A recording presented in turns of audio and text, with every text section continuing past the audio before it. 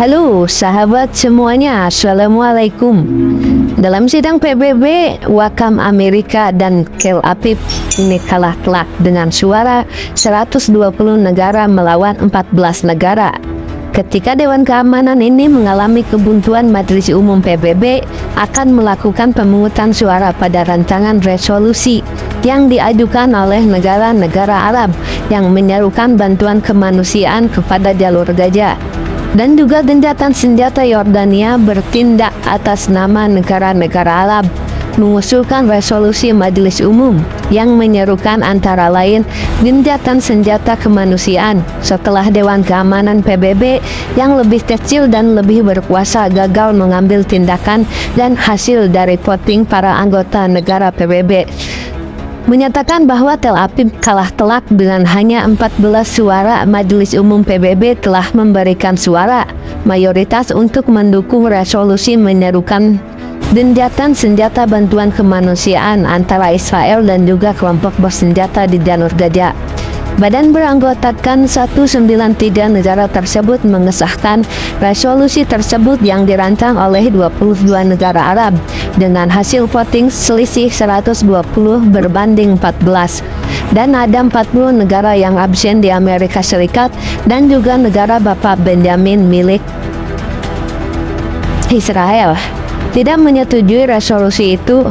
Jadi ente tahu kan kenapa banyak PBB wakutin? Ini Indonesia, Menteri Luar Negeri Yordania Aiman Safadi mengatakan bahwa memberikan suara menentang resolusi tersebut berarti menyetujui perang yang tidak masuk akal ini, pembunuhan yang tidak masuk akal, dan mengecam pemungutan suara ini sebagai sebuah penghujatan. Resolusi ini tidak mengikat namun berfungsi sebagai barometer opini global ketika pertempuran antara Tel Aviv dan para pejuang di jalur Gaza mendekati akhir minggu ketiga ini.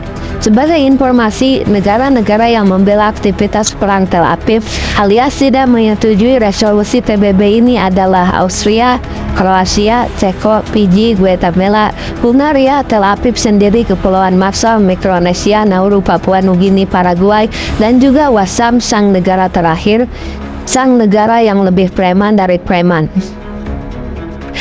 Lagi bangsat, maaf, itulah negara-negara yang pendukung Tel Aviv. Ya boleh ente bom sendiri kalau ente sempat beli car bom ke tangan. Ya kan, resolusi yang diadopsi ini juga menyerukan gencatan senjata bantuan kemanusiaan, dan resolusi berkelanjutannya mengarah pada penghentian permusuhan dan pengeboman, dan dengan tegas menolak segala upaya pemindahan paksa penduduk sipil di jalur Gaza.